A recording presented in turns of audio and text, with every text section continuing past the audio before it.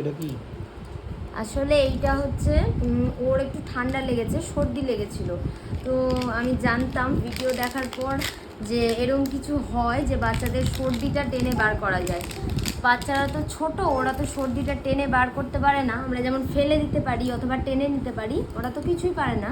তো যার জন্য এটা খুবই হেল্পফুল, ঠিক আছে। আচ্ছা আচ্ছা, ওর একটু ঠান্ডা লেগে গিয়েছে ওয়েদার চেঞ্জের কারণে, তো যার জন্য সর্দি লেগে গিয়েছে। এটা নতুন মায়েদের জন্য ভীষণ হেল্পফুল, ভীষণ হেল্পফুল। যখন সর্দি লেগে যাচ্ছে, বাচ্চার অনেক নাক বন্ধ হয়ে আসছে অথবা ফেলতে পারছে না, তখন এটা বাচ্চার নাকে দিয়ে আর এটা মুখ দিয়ে জোরে করে টানলে পরে ওর সর্দিটা পুরো এখানে চলে আসছে। এটা আমার জন্য এতটা হেল্পফুল হয়েছে, মানে আমি ভীষণ উপকার পাচ্ছি। আমার মেয়ের জন্য এটা আমি সবসময় ইউজ করছি।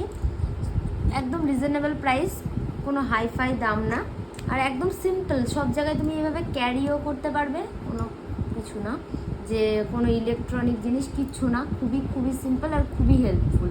আমি এটা অনেক উপকার পেয়েছি। তোমরা যারা নতুন মায়েরা এরকম সর্দি লেগে সমস্যায় মনে করছো যে এটা খুব বড় একটা ইস্যু, এটা কিন্তু তোমরা খুব হেল্প করবে তোমাদেরকে। অবশ্যই তোমরা এরকম জিনিস অনলাইনে অর্ডার করো, আমি লিঙ্ক দিয়ে দিচ্ছি তোমাদেরকে।